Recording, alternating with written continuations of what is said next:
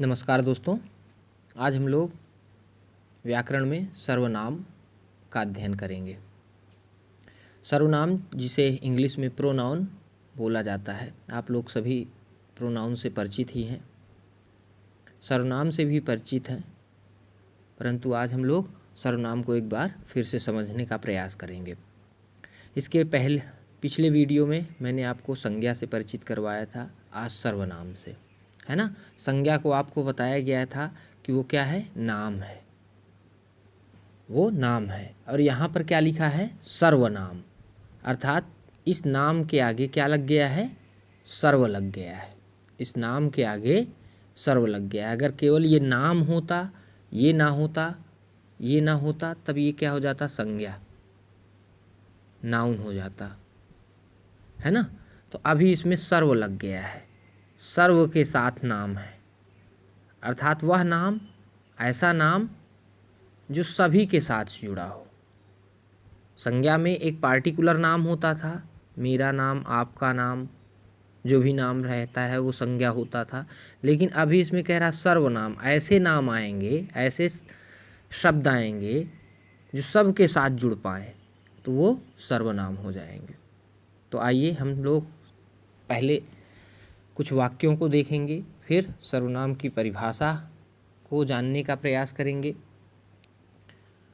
समझने का प्रयास करेंगे, और उसके बाद हम देखेंगे कि सर्वनाम कितने प्रकार के होते हैं, how many types of pronoun. ठीक है, तो आगे बढ़ते हैं हम लोग, देखते हैं कुछ वाक्य हैं। मैं घर जा रहा हूँ, तुम क्या खाओगे?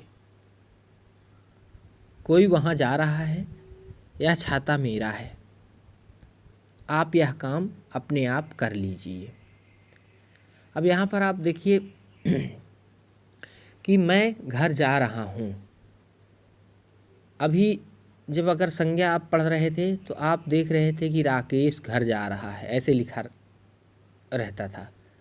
रामू घर जा रहा है या रानू घर जा रही है, इस तरीके से। लेकिन अभी यहाँ पे बदलाव हो गया, अब क्या कह रहा है, मैं घर जा रहा हूँ। घर जाने का काम मैं कर रहा है, वहाँ घर जाने का काम नाम कर रहा था, कोई नाम था।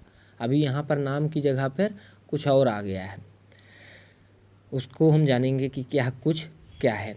तुम क्या खाओगे? अब देखिए यहाँ पर तुम क्या खाओगे, प्रश्न पूछ रहा है, क्या खाओगे।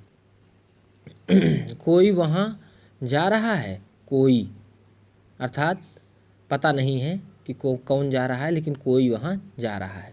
यह छाता मेरा है, यहाँ पर छाता नाम हो गया, है ना। कौन सा नाम अगर आपसे पूछेंगे तो क्या बताएंगे आप? छाता, छाता कौन सा नाम है? तो छाता जातिवाचक संज्ञा है, नाम है अर्थात संज्ञा। कौन सी संज्ञा? तो जातिवाचक संज्ञा, जातिवाचक संज्ञा। और यह जो है यहाँ पर सर्वनाम आ जाता है। अब सर्वनाम में कौन सा सर्वनाम है आगे हम लोग देखेंगे इसको, लेकिन अभी जानिए कि सर्वनाम है ना। तो आपको यहाँ इस वाक्य में एक सर्वनाम और एक संज्ञा भी मिल रहा है। ऊपर वाले में भी मैं और घर, घर भी आपका क्या था, ये भी जातिवाचक था, जातिवाचक संज्ञा, है ना। फिर उसके बाद आप यह काम अपने आप कर लीजिए। अब यहाँ पर आप देख रहे हैं कि आप यह काम अपने आप कर लीजिए, अपने आप अर्थात स्वयं से, सेल्फ से, है ना। स्वयं, अपने आप अर्थात स्वयं से, सेल्फ से, सेल्फ से। तो और यहाँ ये आप क्या कौन सा है, यू। आप जानते हैं कि आप किनके प्रति लगाया जाता है, जो हमसे बड़े होते हैं, नहीं तो तुम बोला जाता है अपने उम्र वालों के साथ, और अपने से छोटों को हम तुम बोलते हैं, और अपने से जो बड़ा होता है वह बड़ों के साथ हम क्या लगाते हैं, आप लगाते हैं, बड़ों के साथ आप लगाते हैं। तो ये यू है, जबकि इंग्लिश में कोई बदलाव नहीं होता, सबके लिए यू ही बोला जाता है। तो यू और ये स्वयं, ये दोनों क्या हैं, यहाँ पर सर्वनाम है।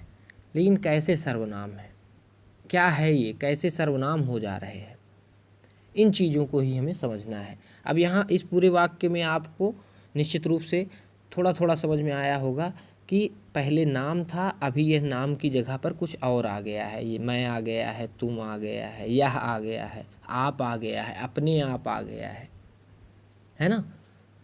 नाम की जगह पर ही प्रयोग किए जा रहे हैं, अर्थात संज्ञा की जगह पर ही ये प्रयोग किए जा रहे हैं। तो इस तरीके से जब संज्ञा की जगह पर प्रयोग किए जा रहे हैं, संज्ञा के स्थान पर ही प्रयोग किए जा रहे हैं। देखिए स्थान पर क्यों कहा जा रहा है, क्योंकि उसी स्थान पर संज्ञा आता था, यहीं पर संज्ञा आता था, लेकिन अभी संज्ञा यहाँ पर नहीं आ रहा है। यहाँ पर क्या आ रहा है, कोई दूसरा चीज़ आ रहा है। तो अब ये दूसरा चीज़ क्या है, सर्वनाम है। इसी सर्वनाम को हम परिभाषा के रूप में भी बना सकते हैं। तो आप जान रहे हैं कि जब संज्ञा के स्थान पर आ रहा है तो इसी तरीके से हम उसका परिभाषा भी बनाएंगे। सर्वनाम की परिभाषा, डिफिनीशन ऑफ प्रोनाउन। जिन शब्दों का प्रयोग संज्ञा के स्थान पर किया जाता है उन्हें सर्वनाम कहते हैं। जिन शब्दों का प्रयोग संज्ञा के स्थान पर किया जाता है, कहाँ किया जाता है, संज्ञा के स्थान पर, है ना, प्लेस ऑफ नाउन जिसे आप बोलते हो, प्लेस ऑफ नाउन, संज्ञा के स्थान पर प्रयोग करेंगे तो वो क्या कहलाएगा, सर्वनाम कहलाएगा, प्रोनाउंस कहलाएगा। अभी आपने देखा कि संज्ञा के स्थान पर हम सर्वनाम को रख रहे थे, मैं, तू, आप आदि को, तो यह, इस तरीके के शब्द को, तो वो क्या हो जा रहे थे, सर्वनाम हो जा रहे थे। अब क्यों इसका नाम सर्वनाम पड़ गया, देखिए प्रोनाउन, नाउन, नाउन से पहले, अर्थात देखिए सर्वनाम, सर्व और नाम को अगर वो करेंगे तो आएगा सर्वनाम, है ना, सर्वनाम। तो यहाँ पर ये जो सर्व है, सर्व का मतलब होता है सभी, क्या होता है, सभी, सभी नामों में। अब यहाँ पर आप सोच बता सकते हैं सबको, अगर कोई आपसे पूछे कि सर्व का मतलब, तो सभी, जितने भी नाम हैं, जैसे मेरा नाम, आपका नाम, आपके पिताजी का नाम, आपके टीचर्स का नाम, है ना, आपके रिलेटिव्स का नाम, सबके लिए मैं क्या कर सकता हूँ, मैं का प्रयोग कर सकता हूँ। सबके लिए मैं तू का प्रयोग कर सकता हूँ और सबके लिए मैं आप का प्रयोग कर सकता हूँ। आप जानते हैं, आप अपने दोस्तों को तू के ना, तू करके बुलाते हैं, तू ये इधर आ, बोलते हैं ना, तू इधर आ। तो जब आप बोलते होंगे तो आप जितने भी दोस्त हैं, जितने भी फ्रेंड्स आपके हैं, सबके लिए तू का प्रयोग कर सकते हैं ना, सबके लिए, सभी के लिए, है ना, सभी के लिए ये तू का प्रयोग आप कर सकते हैं। लेकिन क्या आपके अगर दोस्त का नाम राहुल है तो आप राहुल सबके लिए प्रयोग कर सकते हैं, नहीं कर सकते हैं, नहीं कर सकते हैं, इसीलिए वो संज्ञा है, सभी के लिए नहीं कर सकते हैं। किसी निश्चित व्यक्ति, वस्तु या स्थान के नाम को कहा जाता था निश्चित, है ना।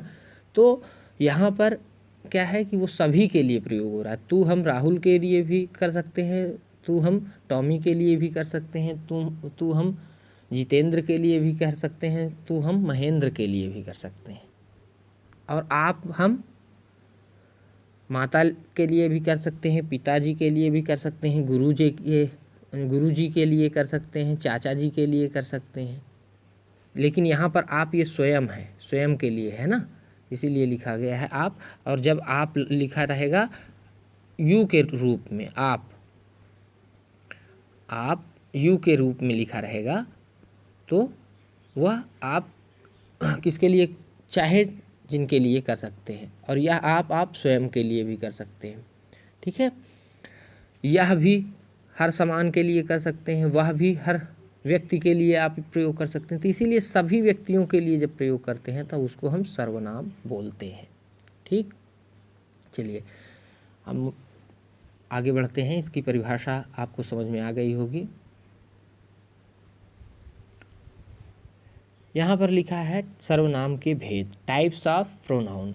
सर्वनाम के मुख्य रूप से 6 भेद होते हैं। कितने भेद होते हैं? 6 भेद होते हैं। 6 अर्थात 6 टाइप्स। 6 टाइप्स होते हैं इसके। आपने पढ़ा था संज्ञा में कि संज्ञा के 5 प्रकार होते हैं, अर्थात 5 भेद होते हैं। इसके 6 प्रकार हैं। तो सबसे पहला प्रकार आता है पुरुषवाचक सर्वनाम का, पर्सनल प्रोनाउन।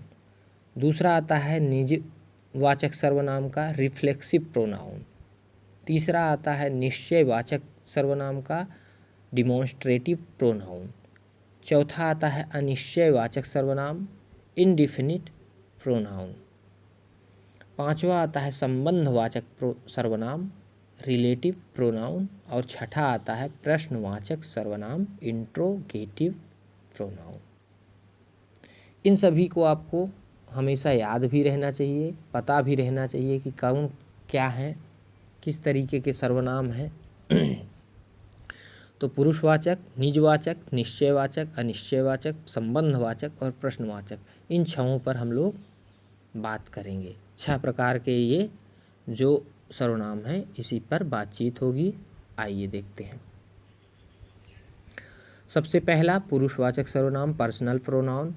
जिन सर्वनाम शब्दों का प्रयोग व्यक्तिवाचक संज्ञा के स्थान पर किया जाता है उन्हें पुरुषवाचक सर्वनाम कहते हैं। आपको पढ़ाया गया था संज्ञा के अंतर्गत सबसे पहला संज्ञा का जो भाग था, भेद था, वो कौन सा था? व्यक्तिवाचक। व्यक्तिवाचक अर्थात पर्सनल प्रोनाउन आपको पढ़ाया गया था। प्रॉपर प्रोनाउन, प्रॉपर नाउन ये पढ़े थे आप पिछले वीडियो में। तो व्यक्तिवाचक संज्ञा, व्यक्तिवाचक जब निश्चित किसी व्यक्ति का नाम हो, किसी का नाम राम, श्याम, मोहन, गंगा, यमुना, इस तरीके का, कावेरी, तो ये प्रॉपर प्रोनाउन था। अब इस प्रॉपर प्रोनाउन के जगह पर जब किसी सर्वनाम का प्रयोग, किसी शब्द का प्रयोग करेंगे तो वह क्या कहलाएगा? पुरुषवाचक सर्वनाम। अब जैसे आपके नाम पर मैं लग सकता है, मेरे नाम पर तुम लग सकता है, हम दोनों के नाम पर हम लग सकता है, और स्वयं पर के लिए भी आप लग सकता है, और हमसे बड़े वाले लोगों के लिए भी आप लग सकता है, और कोई दूसरे के लिए वे लग सकता है। इस तरीके से हम देख सकते हैं कि मैं मेरे लिए लग सकता है, तुम जो मेरे सामने खड़ा है उसके लिए लग सकता है, हम हमारे और तुम्हारे दोनों के लिए लग सकता है, आप स्वयं के लिए लग सकता है, और वे जो हमसे दूर हैं, जो ना मेरे नज़दीक हैं ना आपके नज़दीक हैं, जो दूर खड़े हुए हैं, वे उनके लिए भी लग सकता है। तो इस तरीके से आप हमेशा याद रखिए कि पुरुषवाचक सर्वनाम, पर्सनल प्रोनाउन, याद क्या रखिए, आप समझिए एकदम अच्छे से कि पुरुषवाचक सर्वनाम वहाँ पर लगेगा जहाँ व्यक्तिवाचक संज्ञा के स्थान पर प्रयोग किया जाएगा, है ना।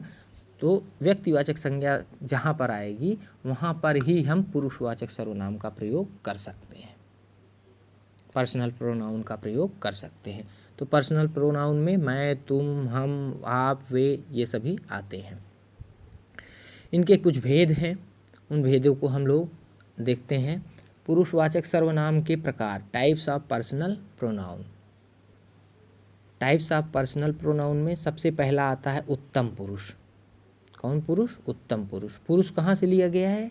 इस पुरुषवाचक से लिया गया है ना। सब में वाचक शब्द लग रहा है। वाचक अर्थात पुरुष को बताने वाला, है ना, पुरुष को बताने वाला। तो यहाँ पुरुष का मतलब मेल नहीं है, यहाँ आप ये मत समझिएगा। यहाँ पुरुष का मतलब पर्सन से है, पर्सन व्यक्ति से है ना, व्यक्ति से है। पुरुष का मतलब व्यक्ति। यहाँ पर आपको मैंने नहीं बताया इस जगह पर, जो यहाँ पर ये पुरुष है, ये पुरुष कोई मेल नहीं है, ये पुरुष क्या है? व्यक्ति है, व्यक्ति ही है ना।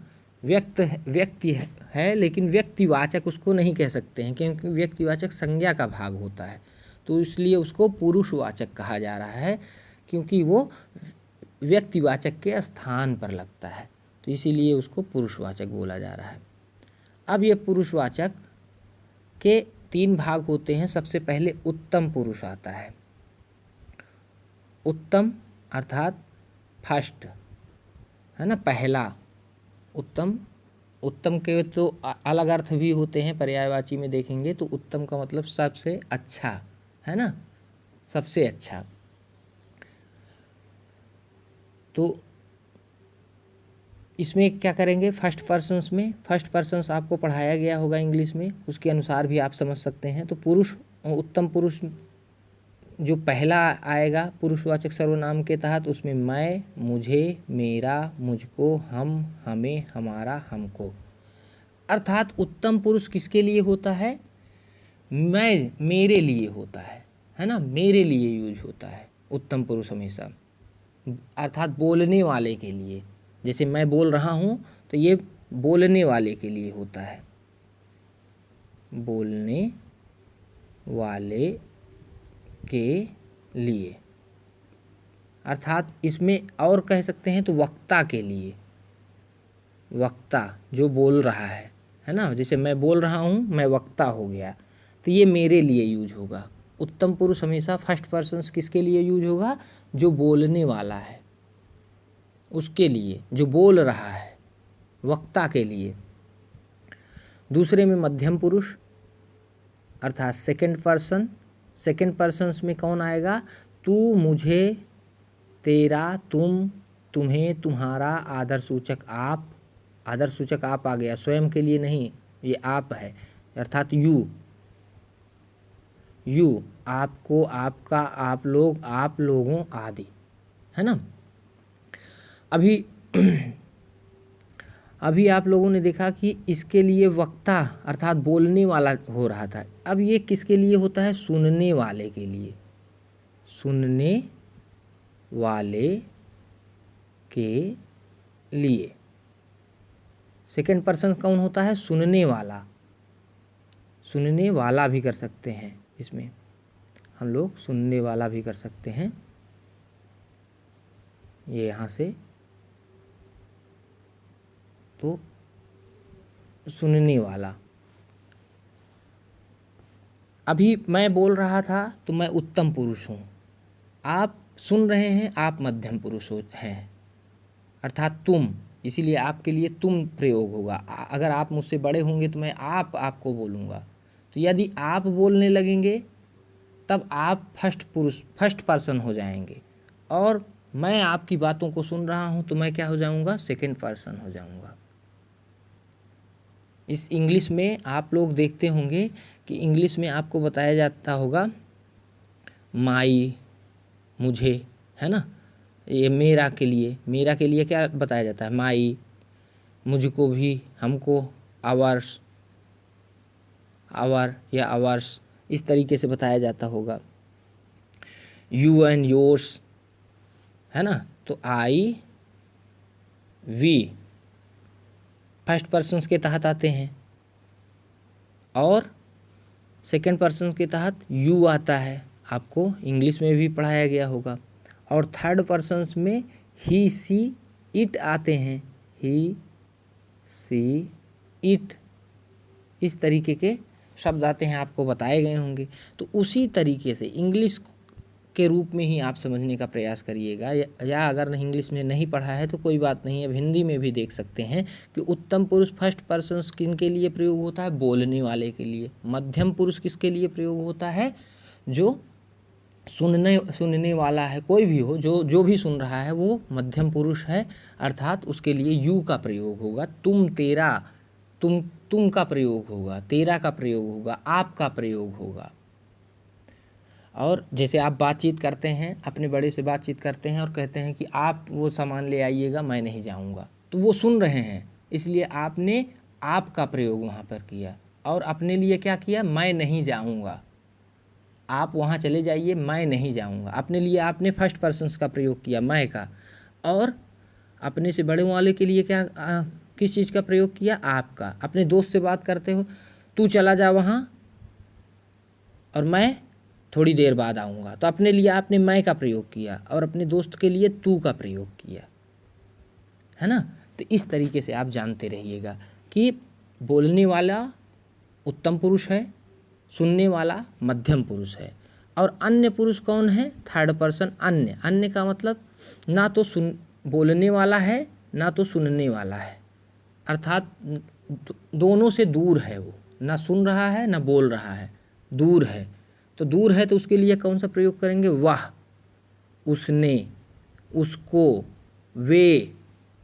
तो आप बताते हैं ना अपने घर में क्या कहेंगे, कहेंगे वह लड़का जो जा रहा है उसने ही मेरी कलम चोरी की है, वह लड़का, अर्थात वह दूर है।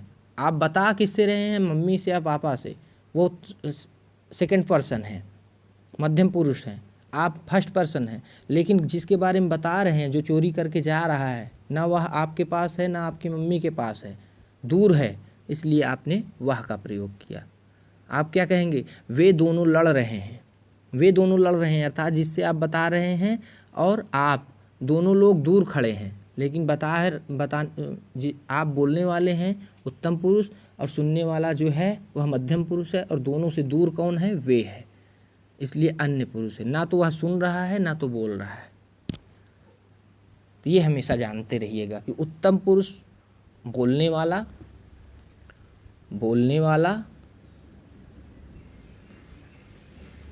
सुनने वाला मध्यम पुरुष, सुनने वाला मध्यम पुरुष, और अन्य पुरुष ना तो बोलने वाला ना तो सुनने वाला, ना तो बोलने वाला ना ही सुनने वाला। ठीक है, तो लगभग आपको समझ में आ गया होगा। एक दो बार अपने से भी ट्राई करके समझने का प्रयास करिएगा, ठीक है। First person, second person, third person.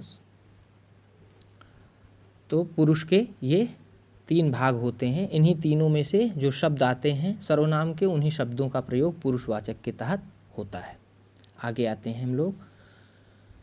पहले में बता रहा है उत्तम पुरुष, इस सर्वनाम का प्रयोग बात कहने या बोलने वाले के लिए होता है। मैंने अभी आपको बताया कहने या बोलने वाले के लिए होता है। मैं, मुझे, मुझको, हम, हमें, हमारा, हमको। मध्यम पुरुष, इस सर्वनाम का प्रयोग बात सुनने वाले के लिए होता है, जो सुन रहा है उसके लिए होता है, ठीक है। और आगे अन्य पुरुष में क्या कह रहा है, इस सर्वनाम का प्रयोग बोलने वाला अन्य किसी व्यक्ति के लिए करता है, अर्थात जो बोल रहा है अन्य किसी व्यक्ति के लिए, ना तो वह सुन रहा है ना तो बोल रहा है, उसके लिए करता है, किसी अन्य व्यक्ति के लिए करता है, ठीक है। तो इसकी परिभाषा भी ये दी गई है। निजवाचक सर्वनाम, रिफ्लेक्सिव प्रोनाउन, जो सर्वनाम शब्द कर्ता के स्थान पर जो सर्वनाम शब्द कर्ता के स्वयं के लिए प्रयुक्त होते हैं उन्हें निजवाचक सर्वनाम कहते हैं। स्वयं के लिए जब प्रयोग होंगे तो उनको क्या कहा जाएगा, निजवाचक। यहाँ पर स्वयं लगा हुआ है ना। तो स्वयं का मतलब है कि अपने लिए, सेल्फ के लिए जब प्रयोग हो तो उसको निजवाचक कहेंगे। निज का अर्थ है खुद के लिए, खुद या स्वयं, है ना, स्वयं। तो निज या खुद या स्वयं कहते हैं निज को। तो निजवाचक जो खुद को बताए, ऐसे शब्द क्या कहलाएंगे, निजवाचक सर्वनाम कहलाएंगे। रिफ्लेक्सिव इंग्लिश में बोलते हैं इसको, हमेशा याद रखिएगा, रिफ्लेक्सिव उनको बोलते हैं। इसमें माई सेल्फ का, इंग्लिश में माई सेल्फ का प्रयोग होता है। My self, I do my self, आप लोग कहते हैं आई डू माई सेल्फ, मैं अपने आप यह करता हूँ। तो इस तरीके के माई सेल्फ का प्रयोग होता है, वहीं उसी को, ये रिफ्लेक्सिव प्रोनाउन है। तो आप ये जानते रहिएगा। तो यहाँ पर बहुत ही इजी है, रिफ्लेक्सिव प्रोनाउन अर्थात निजवाचक बहुत ही इजी है। जहाँ पर भी आपको ऐसे शब्द मिले कि यह कार्य मैं खुद से कर लूँगा, खुद या मैं आप ही कर लूँगा, खुद ही कर लूँगा या आप ही कर लूँगा, इस तरीके का वाक्य आए तो आप समझ जाइए कि ये खुद या आप क्या है, निजवाचक सर्वनाम है, और मैं क्या है, पुरुषवाचक सर्वनाम है। ठीक है।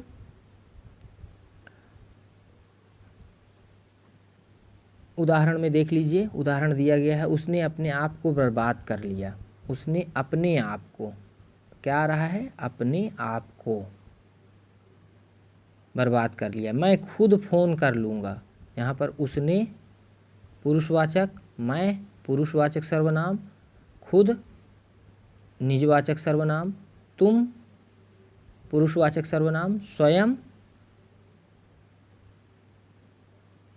निजवाचक सर्वनाम, श्वेता संज्ञा, आप, श्वेता संज्ञा है और आप निजवाचक सर्वनाम। आप यह काम अपने आप कर लीजिए। देखिए 2 बार आप आ रहा है, एक ये सेकंड बार और ये फर्स्ट बार।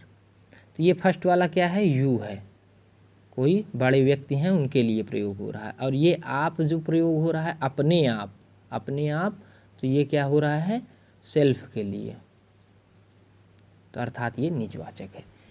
इसके आप का प्रयोग अपने लिए, स्वयं के लिए होता है, आदर्शसूचक आप के लिए नहीं, नोट में लिखा भी गया है। ठीक है। तो ये बहुत ईजी है, इसको भी आप रिफ्लेक्सिव प्रोनाउन यानी निजवाचक सर्वनाम को भी समझ जाइएगा। निश्चयवाचक सर्वनाम, डिमॉन्स्ट्रेटिव प्रोनाउन।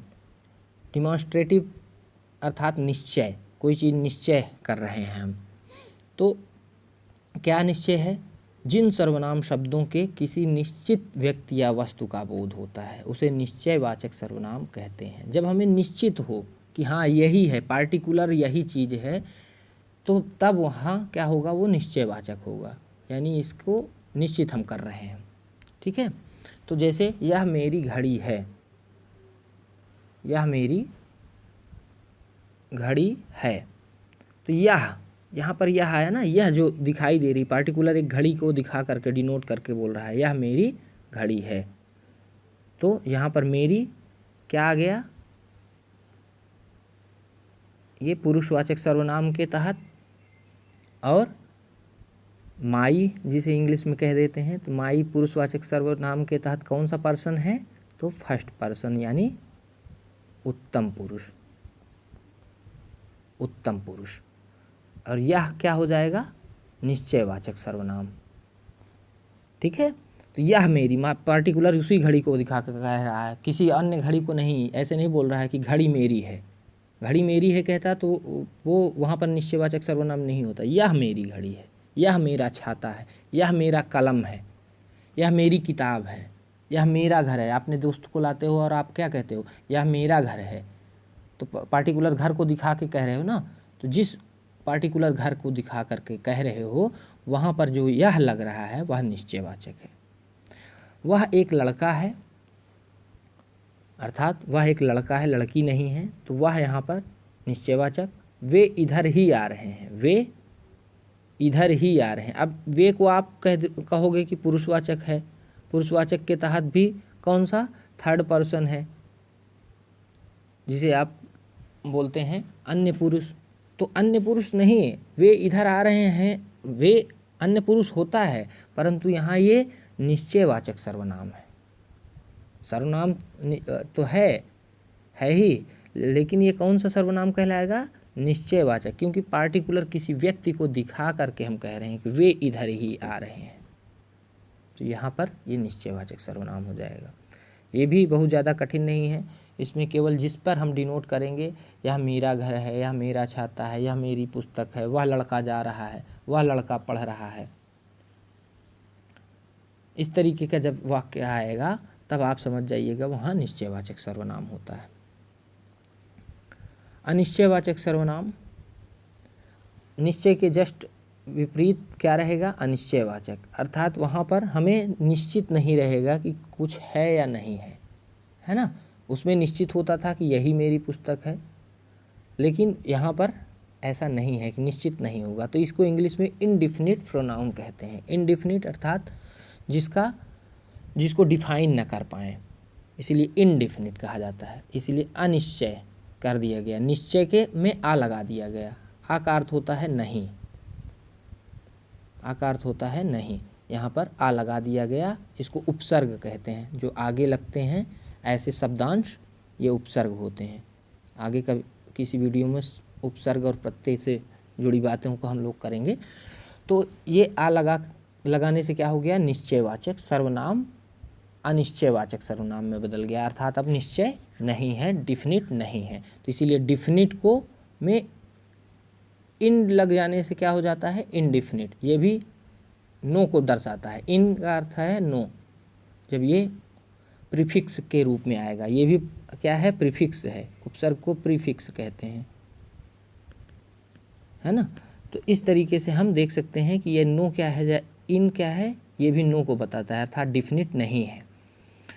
तो जिन सर्वनाम शब्दों से किसी निश्चित सब व्यक्ति या वस्तु का बोध नहीं होता है, उसे अनिश्चयवाचक सर्वनाम कहते हैं। निश्चयवाचक में कह रहे थे कि निश्चित व्यक्ति वस्तु का बोध होता है, ज्ञान होता है। इसमें कह रहे हैं निश्चित व्यक्ति वस्तु का ज्ञान नहीं होता है, तो उसे अनिश्चयवाचक कहते हैं।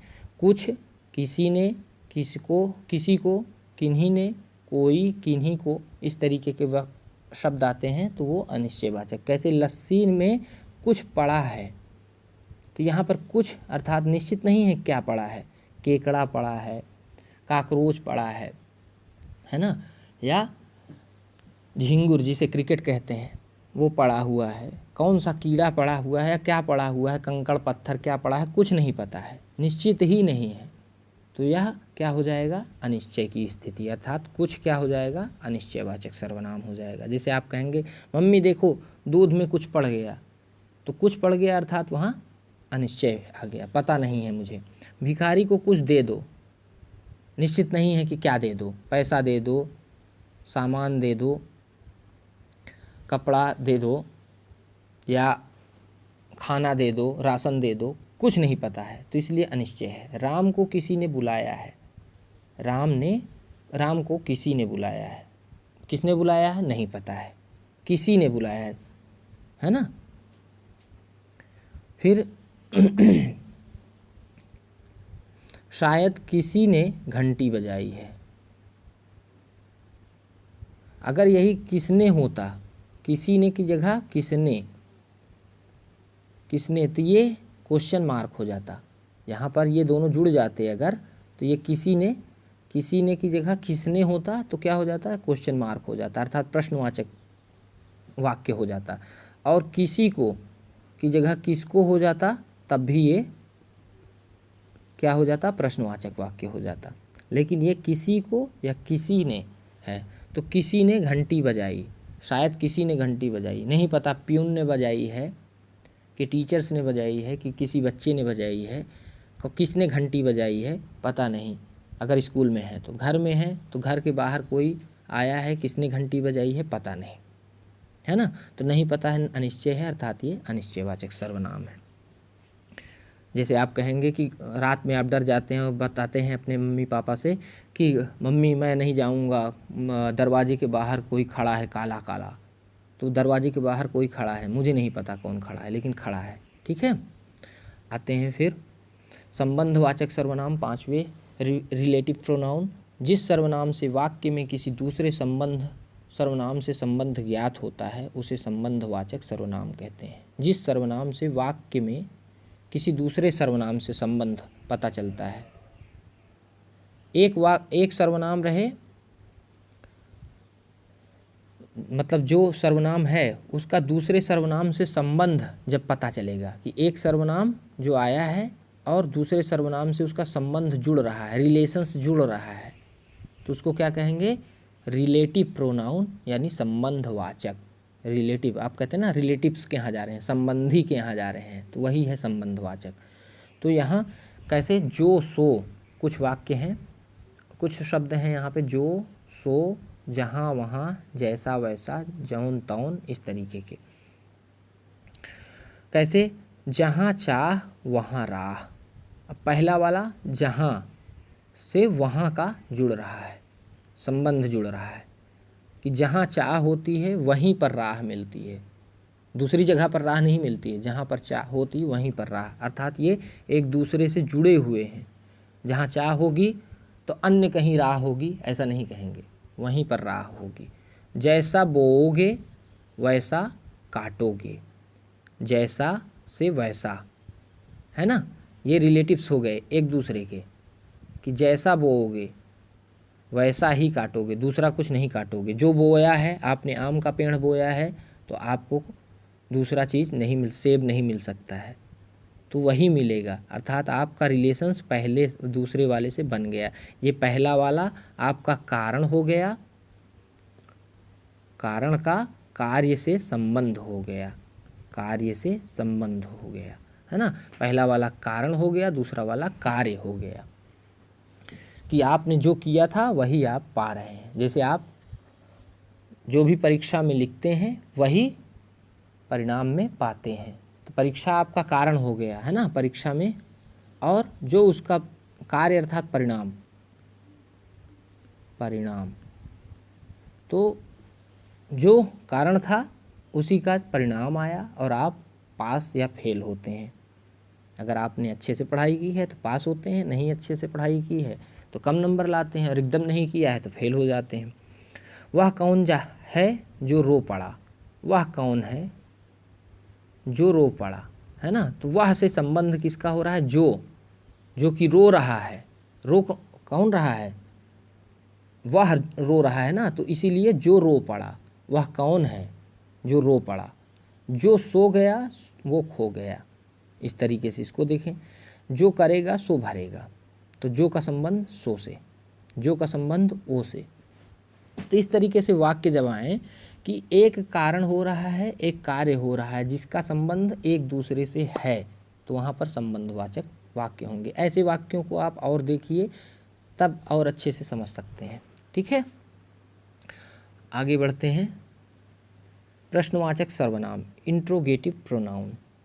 इंट्रोगेटिव आप लोग पढ़े होंगे, इंट्रोगेटिव सेंटेंस के रूप में। जब सेंटेंस आपको पढ़ाए जाते होंगे तो उसमें सिंपल सेंटेंस के साथ साथ इंट्रोगेटिव सेंटेंस भी पढ़ाए जाते होंगे। तो उन्हीं इंट्रोगेटिव सेंटेंस को प्रश्नवाचक बोला जाता है।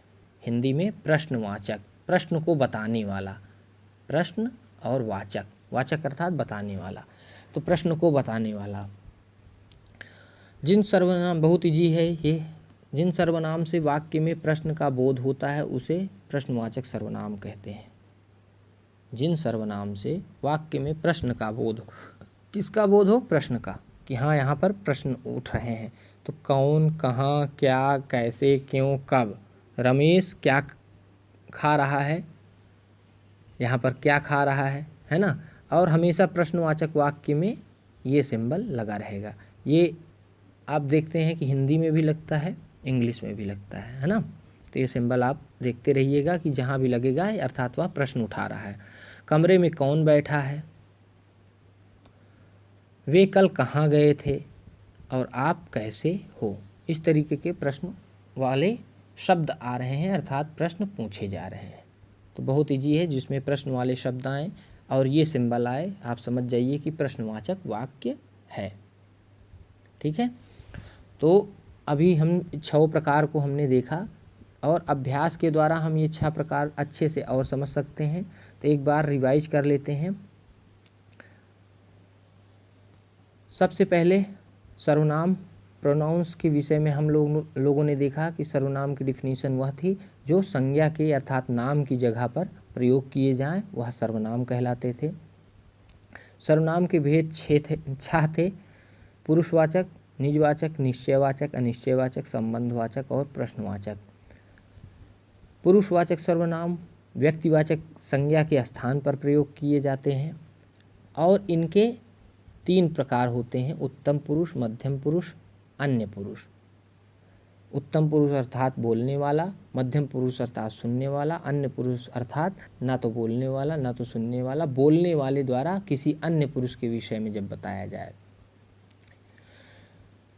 दूसरा निजवाचक सर्वनाम, जब स्वयं के लिए, अपने आप के लिए कोई शब्द प्रयोग होता है संज्ञा के स्थान पर, तब वो क्या कहलाता है, निजवाचक होता है। स्वयं, आप ही, खुद, अपने आप, इस तरीके के।